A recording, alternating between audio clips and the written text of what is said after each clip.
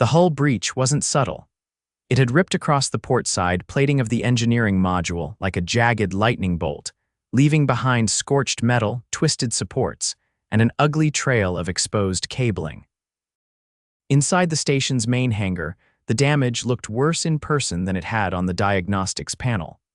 The structural mesh was torn, the plating warped outward like it had been punched from within. Gareth Nolan stood with his arms folded and a scowl etched into the grime on his face. Beside him, the alien engineer Tarnock tilted his elongated head, 6 dark eyes blinking in a slow, condescending rhythm. "You cannot fix this," Tarnock said flatly. "The alloy is bonded through trionic fusion. Your species lacks the proper tools and neural calibration." Gareth didn't answer right away. He crouched by the exposed breach and ran his gloved hand along the melted seam. The plating was a composite of trionium and layered flex steel alien materials far beyond anything Earth manufactured. Still, damage was damage, and this looked like something a man with a steady hand and a stubborn streak could tackle. "You got a fusion welder on board?" he asked without looking up. "No," Tarnock replied. "The station's fabrication lab is offline. The backup systems were damaged in the impact." He gestured toward the fractured plating. "You should not attempt this. You will only increase the damage." "Then what's your plan?" Gareth stood. "Wait for a supply drone." Tarnock's neck extended slightly, a gesture Gareth had come to interpret as mild irritation. "Reinforcements will arrive in 7 days. Until then, we seal the inner bulkhead and isolate the damage." 7 days of oxygen lost through microfractures, Gareth muttered. 7 days of keeping the entire port module shut. You want to lose comms with the outer relay, fine, but I'm not sitting on my hands. You do not grasp the complexity of trionium bonding. "I might not," Gareth said. "But I do know how to weld." Tarnock turned and walked off without another word. Gareth stared after him, then sighed and looked around the hangar. The place was a mess. Crates of unused components were stacked in haphazard piles, some toppled from the tremor that followed the hull impact. A half-disassembled shuttle engine sat on a rack, its internal conduits exposed like some mechanical organ. He pulled off his gloves and got to work. 3 hours later, his arms were streaked with grease and microburns, and his mood had sunk somewhere beneath the deck plates. He'd scrounged what he could: tungsten rod segments, a plasma regulator, a cracked infrared lens from a discarded drone. The fusion generator was out of the question, too unstable. But the shuttle engine had a secondary thermal coil, and with some coaxing, it could be repurposed. When Tarnock returned, Gareth was hunched over the workbench, surrounded by a mess of parts. "You are constructing a tool," Tarnock observed. "Yeah, improvised welder, not fusion grade, but it'll generate enough thermal output to manage a temporary bond." Tarnock's eyes narrowed. "The trionium will reject substandard energy signatures. If I can embed the tungsten with high-frequency oscillation, I can trick the outer layer into absorbing the heat. It won't be clean, but it'll hold. You are guessing, I'm adapting." Tarnock stepped closer, inspecting the welded coil Gareth had bolted to a repurposed grip frame. "This is not how your species usually operates." "No," Gareth grunted. "We usually have toolkits." "But you locked the fabrication lab. For your safety." Gareth clicked the final panel into place. "If this thing blows up in my hand, you can say you told me so." He hoisted the crude welding tool and pointed it toward the breach. The first test was rough. The device sputtered, the plasma arc flickering erratically before stabilizing into a steady line. Gareth shielded his eyes with a scorched panel of synth glass and leaned in close. The plating hissed as the improvised welder made contact, glowing dull red then flaring bright as the heat spread. The smell was awful burned metal and something acrid he couldn't place. Probably trionium off-gassing. He worked the seam slowly, careful not to overheat the surrounding structure. Sweat gathered at his brow despite the cold. Behind him, Tarnock watched in silence. After 20 minutes, Gareth pulled back and killed the arc. The plating steamed, but the welded section held. "It's ugly," he said, wiping his forehead with his sleeve. "But it's sealed." Tarnock approached and examined the weld. "The bonding temperature is inconsistent." "There are microbubbles." "Yeah, Gareth said. I had to eyeball the pressure. You got a scanner. Tarnock extended a probe from his wrist module and ran it along the seam. A holographic readout blinked to life. Pressure loss reduced to negligible levels, Tarnock said after a moment. Structural integrity is at 73%. Gareth leaned against the bulkhead. Good enough until the real fix gets here. Tarnock was silent for a long moment. Then he asked, "What compelled you to attempt this?" "The alternative was sitting around waiting for things to get worse," Gareth replied. "We're in orbit over a dead planet with a busted relay and a 7-day wait for help. I'd rather try something than do nothing." Tarnock folded his arms, a gesture Gareth had learned meant something between contemplation and reluctant acceptance. "You should rest," Tarnock said. "You are fatigued." "Yeah," Gareth muttered. "I'm gonna feel this tomorrow." He didn't make it to his bunk before the headache hit. By the time he reached the medbay, his knees were weak and his vision pulsed at the edges. A quick scan showed mild plasma exposure and elevated carbon monoxide levels, probably from the trionium fumes. The automated med unit flushed his lungs with oxygen-rich gas and administered a detox compound. He lay back on the diagnostic bed as the machine worked, eyes half closed, muscles twitching from the strain. Tarnock entered a few minutes later. "You are unwell." "No kidding," Gareth muttered. "You exposed yourself to hazardous compounds without filtration." "I asked you for a welder, remember?" Tarnock didn't respond. Instead, he studied the med readout. "You will recover within 48 hours. Gareth let out a soft groan. "Better than dead." "Next time, I'll jury-rig a filter." "You intend to continue. There are 6 more meters of damage," Gareth said. "Unless you've changed your mind about that fabrication lab." Tarnock hesitated. Then he said, "I will grant you limited access under supervision. Appreciate the trust." "It is not trust," Tarnock said. "It is necessity." Gareth didn't argue. The next day, his arms ached like he'd been in a prize fight. The med unit's detox had flushed out most of the contaminants, but his muscles were sore and his hands shook slightly when he gripped the welder. Still, he suited up and returned to the breach. Tarnock was already there, running structural scans. "I've adjusted the plasma regulator," Gareth said. "Should give me a more stable arc. You are persistent." "I'm stubborn." He worked the new section slowly, more confident now. The tool was still crude, but it did the job. With Tarnock's limited access to the fabrication lab, Gareth had reinforced the internal coil with a salvaged thermal conductor, improving the heat distribution. An hour later, another meter was sealed. "Structural integrity now at 81%, Tarnock reported. Gareth leaned against the wall, breathing hard. "And the pressure?" "Stable," he nodded. "2 more days and we finish the rest. You are damaging your body. I can rest when it's done." Over the following days, Gareth worked in shifts: weld, rest, hydrate, repeat. Tarnock never offered praise, but he also didn't interfere. He monitored from a distance, occasionally offering suggestions, some helpful, some not. On the 5th day, Gareth slipped while bracing against a support beam and fell hard on his right side. Pain shot through his arm and chest. The medbay scan showed 2 cracked ribs and a hairline fracture in the radius. "You cannot continue," Tarnock said. "I'll use my left hand," Gareth grunted. "You are not regenerating, you are deteriorating." "I'm healing, slowly, been worse." Tarnock stared at him. "Your species is inefficient, but resilient." Gareth gave a tired smile. "I'll take that as a compliment." They finished sealing the final section of plating on the 7th day, 6 hours before the supply drone arrived. The alien technicians who came aboard inspected the welds with visible skepticism. One of them muttered something in its native tongue that Gareth didn't catch, but Tarnock translated. He said the welds looked like they were done by a blind miner during a solar storm. "Charming," Gareth muttered. But, Tarnock added, he also said they held under full pressure load. Gareth slumped against the bulkhead. "Good enough." Tarnock turned to him. "This station would have suffered catastrophic failure without repairs. Your efforts prevented further system collapse. So you're saying I was useful?" "I am saying," Tarnock replied, "that you achieved what logic predicted you could not." Gareth closed his eyes and let the ache settle into his bones.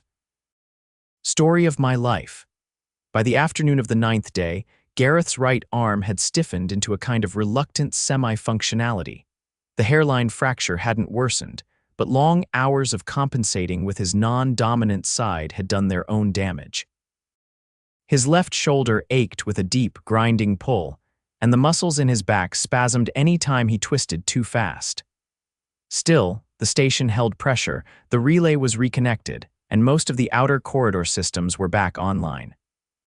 The only thing still flickering was the corridor lighting, which pulsed with a rhythmic dimming that made everyone feel like they were walking through a haunted aquarium. Tarnock stood beside him in the auxiliary operations bay. Studying the makeshift, welder Gareth had leaned against the console. "This device is now classified as a safety violation," Tarnock said. "Under current interspecies regulation, it cannot be used again without formal evaluation." "It's a glorified heat stick with a battery," Gareth replied. "Pretty sure nobody's lining up to mass produce it. Regardless," Tarnock gestured toward the tool, "it must be deactivated and stored under containment." Gareth turned to the console and tapped through the diagnostics. "Fine, but I'm not dismantling it." "Just in case you forget where the lab door is again." "I do not forget. You delegate forgetting." Tarnock's eyes narrowed slightly. "Delegation is an efficient use of cognitive resources." Before Gareth could reply, a soft tone signaled a new arrival. The bay's inner door slid open to reveal a trio of Alari technicians. Thin-bodied, with double-jointed limbs and translucent cranial crests, they moved like dancers navigating low gravity, even though the deck was stable. One of them approached the console, her gait deliberate, gaze flicking across the room before settling on Gareth. Her translator module clicked once before humming to life. "You are the human," she said, "and you're observant," Gareth replied. "That gonna be a problem." We reviewed the repair logs. The structural readings are stable, but two of the seams show inconsistent molecular alignment. "They're sealed," Gareth said. "That's what matters." She tilted her head, crest shifting faintly. "You bypassed trionium bonding entirely." "I didn't have a trionium bonder." "Then why attempt the repair at all?" Gareth looked at her for a beat. "Because if I hadn't, this station would have lost the relay and the outer modules. You'd be having this conversation floating in vacuum." The second technician stepped forward, inspecting the tool on the console. "This was the device." "Yeah, you can call it the Nolan Special," Gareth muttered. The Alari tapped the housing with two slender fingers. "These components are not rated for thermal modulation. Not officially. You subjected yourself to toxic exposure," she said, "and you continued working after skeletal injury." Gareth rubbed his ribs gently. "I've had worse from falling off a ladder. You have a disregard for biological limits." Tarnock stepped forward between them. "Humans do not operate on traditional risk matrices. Their threat assessment thresholds are ambiguous." "They're not ambiguous," Gareth said. "They're just flexible." The first technician regarded him a long moment. "Your species has a curious relationship with self-preservation." "We like to win," Gareth said, "even if it hurts." That seemed to confuse her more than anything else that had happened all week. Later that evening, the station's internal temperature dropped unexpectedly. A power redistribution error sent the climate controls into standby for nearly 2 hours, dropping ambient air temps by over 10 degrees Celsius. The Alari adapted quickly, their metabolism optimized for variable environments. Tarnock simply adjusted his thermal lining. Gareth, however, sat in the comms alcove wrapped in foil insulation, clutching a cup of something that might have been broth or mildly radioactive engine coolant. He didn't ask. "You should be resting," Tarnock said, standing beside the console. "I was resting," Gareth replied. "Until my bunk turned into a cryo slab. Your body temperature is below optimal. No kidding. You could have requested thermal assistance." "I could have," Gareth said, sipping the steaming liquid with a wince. "But I figured if I keep annoying you, you'll finally fix the damn heater." Tarnock stared at him. "The heater will self-correct in 40 minutes. Then I'll be a popsicle with a head start." The Alari returned just before second cycle to complete their inspection. Gareth watched from the observation platform as they ran molecular scans on the welds, their instruments emitting soft pulses in the dim light. They're looking for reasons to disqualify the repair, he said quietly. They are verifying safety, Tarnock replied. Same thing. Your methods are unorthodox, Tarnock admitted. I wasn't trying to impress anyone. You did not. Gareth laughed, then winced and pressed a hand to his side. Still, the station's not spinning in pieces. From below, one of the Alaris signaled. Tarnock stepped forward to receive the report. Gareth stayed where he was, arms folded, watching the technician's crest pulse faintly as she spoke. After a few minutes, Tarnock returned. They have concluded the welds are structurally viable under standard load conditions. So it holds. It holds. Gareth exhaled. Guess I'm not getting court-martialed by the Galactic Union after all. There is no precedent for prosecuting a human for exceeding engineering expectations. Give them time. At cycle end, when most of the station's auxiliary crew had entered rest phase, Gareth wandered into the unused hydroponics bay. The lighting was dim there, but the air was warmer, and the plants mostly algae trays and some strange spiral-rooted things that smelled like wet copper gave the room a kind of sleepy calm. He sat on an empty supply crate and let his back settle against the wall. His ribs had stopped throbbing but still ached on every deep breath. His left arm trembled if he held it out too long, and there was a constant tingling in his fingertips, probably from nerve compression. He made a mental note to ask the med unit for a scan in the morning, if he remembered. You are alone, Tarnock said, entering without announcement. Congratulations on your observational breakthrough. I have noticed your behavior patterns. Let me guess, Gareth said. I seek solitude as a coping mechanism. You prefer environments where variables are fewer. That's one way to put it. Tarnock approached slowly, stopping just short of the algae tanks. The Alari have transmitted their final report, he said. Do I get a medal? No, but they have recommended a procedural update. Gareth raised an eyebrow. They suggest including human improvisation protocols in emergency engineering guidelines. Gareth blinked. You're joking. I do not joke. He stared at Tarnock for a long time, then shook his head. That's the dumbest smart thing I've ever heard. They have also requested a copy of your welding device. I'm not sure it's safe for public consumption. They do not intend to use it. They intend to study it. Gareth leaned forward, elbows on his knees. So the crazy human with the broken arm and the heat stick actually made an impression. You altered their model of expected behavior. Guess I'll take that as legacy enough. Tarnock turned toward the exit. You should sleep, he said. I will. As Tarnock reached the door, Gareth added, Hey, the alien paused. You ever think maybe the reason we survive so many bad decisions is because we don't know they're bad until we've already fixed the problem? Tarnock didn't answer right away. Finally, he said, or perhaps you fix the problem because you assume you can, regardless of the odds. Same difference. Tarnock left without another word. Gareth remained seated in the dim hydroponics bay, listening to the soft hum of the air filters and the faint rustle of the spiral-rooted plants swaying in the recycled breeze. He didn't sleep for a while. But when he did, it was the first time in days that nothing hurt worse than the day before. Gareth's shoulder twitched as he rotated it, testing the range. The ache was duller than before, but the strain still sang when he lifted anything heavier than a cup. He'd been cleared for light work, which meant, in practical terms, don't lift anything, don't bend, and for the love of everything, don't weld. He was ignoring two of those. The maintenance compartment, just aft of the relay housing, was cramped, barely enough room to stand upright, and only if you were shaped like Tarnock. Gareth crouched low beside the access conduit, holding a diagnostic wand with his left hand while his right arm rested in a sling. Power fluctuations had been tripping the guidance stabilizers, and with the station's rotation now fully restored, any misalignment would send the comms array drifting out of sync again. Behind him, a faint clicking echoed down the corridor. It was the sound of Kirian's claws on the metal grating, soft, deliberate, and always slightly off-tempo. Her species, the Mherk, spoke in a blend of harmonics and pulses too fast for human ears to make sense of, which meant her translator implant did most of the communication heavy lifting. You are not permitted to be present here, she said once she stopped behind him, Gareth tapped the conduit casing with the wand. Then you might want to tell the power relay to stop blinking like a dying Christmas light.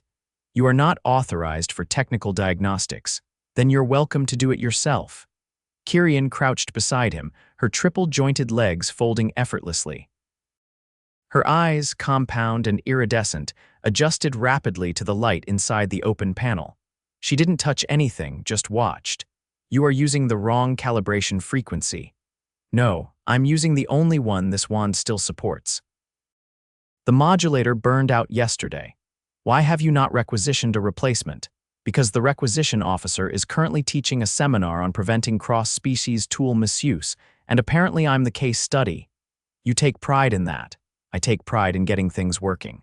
Kyrian reached into the conduit, her fingers extending in a way that made Gareth's skin crawl slightly.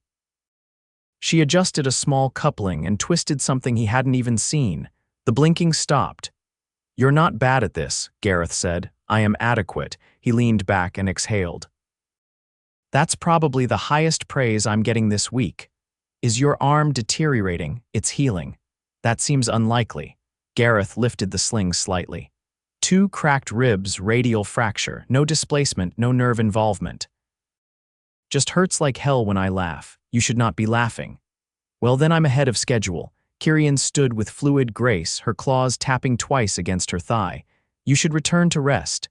After I check the guidance sync, she didn't argue, just left without another word. Gareth watched her go, then shook his head and muttered, still nicer than station protocol. He made his way to the exterior diagnostics terminal, which sat in a low-pressure zone just beneath the dorsal antennae array. The path involved a narrow crawlspace, a few hand-over-hand climbs, and crawling through a recessed duct that smelled faintly like ozone and hot dust. By the time he reached the terminal, his back was damp and his sling had slipped halfway down his arm. He sat on the graded platform and let his legs dangle over the edge while he ran a full sync check. The screen blinked green. For the first time in over a week, everything was aligned. No drift, no loss, no pending errors. He chuckled once, then winced and held his ribs. Yeah. Still not funny. A soft whirring preceded Tarnok's arrival. The alien moved with his usual unsettling stillness, stopping a meter behind Gareth. You should not be in this sector. Already saved you the trip. Sync's holding.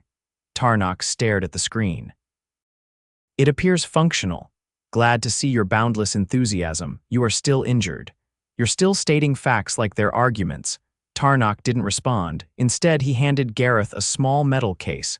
What's this? A formal commendation. Gareth opened it. Inside was a thin strip of etched metal, shaped like a crescent with a central notch. You're giving me a bottle opener.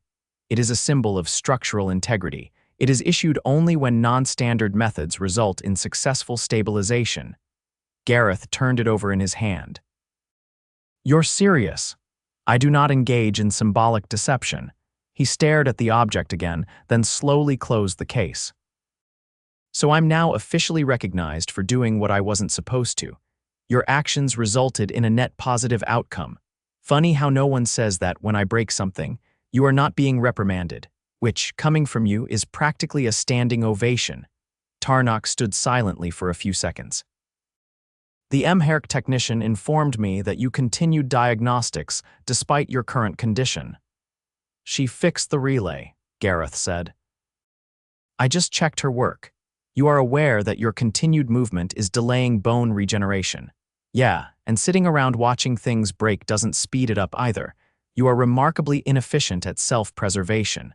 I'm efficient at station preservation. That's the job. Tarnok tilted his head. There are no more critical systems in failure. No, Gareth agreed.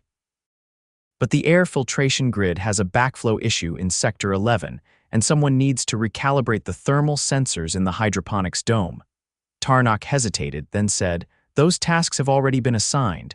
Then I'll find something else. Why are you unable to remain idle? Gareth didn't answer immediately.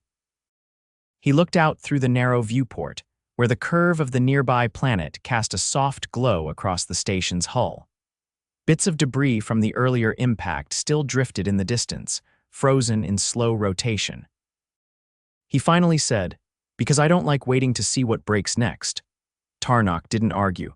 Later that cycle, Gareth was back in the medbay.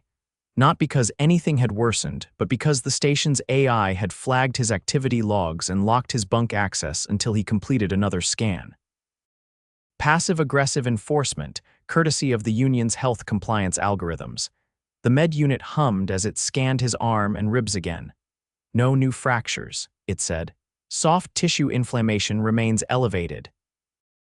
Recommend ceasing all physical activity for 72 hours. Noted, Gareth said. The med unit paused. Compliance is mandatory. Still noted. The door opened, and one of the Alari technicians entered, the same one who had inspected his welds days earlier. She carried a sealed container with a transparent lid. Inside was the Nolan Special, now disassembled and tagged. You will be pleased to know, she said, that your device has been classified as a Tier 4 adaptive repair tool. Does that mean anything? It means it is not recommended for use, but can be legally replicated in emergencies. I'll sleep easier knowing that. She placed the container on the side table. We have also included your original schematic, such as it was. It was more of a napkin sketch, but sure. She turned to leave, then hesitated. You did not request recognition. I didn't ask to be told I was going to fail either. Most species would have waited for assistance. Most species don't have a century of duct-taped space stations behind them. She paused again. It is not logical to endanger oneself for uncertain outcomes. Neither is building a station out here in the first place. She left without another word. The med unit chirped softly. Compliance status, inconclusive. Gareth slid off the table. That's about the story of my life. He returned to his bunk an hour later. The door had been unlocked. Inside, the temperature was finally stable. The overhead light dimmed to its ambient setting, and the hum of the systems was low and even. He sat on the edge of the bunk and opened the case again. The structural commendation caught the light, casting a crescent reflection on the wall. He thought about the breach, the heat, the fumes, the welds that looked like someone had attacked the hull with a flamethrower and hope. And the way the aliens kept circling the same question without asking it. Why do humans insist on fixing things they have no business touching? He lay back, let his arm fall across his chest, and stared at the ceiling. Because someone has to, he whispered. The lights dimmed to full rest phase. No alarms, no blinking lights, no pressure warnings. For the first time since the breach, the station slept, and so did Gareth.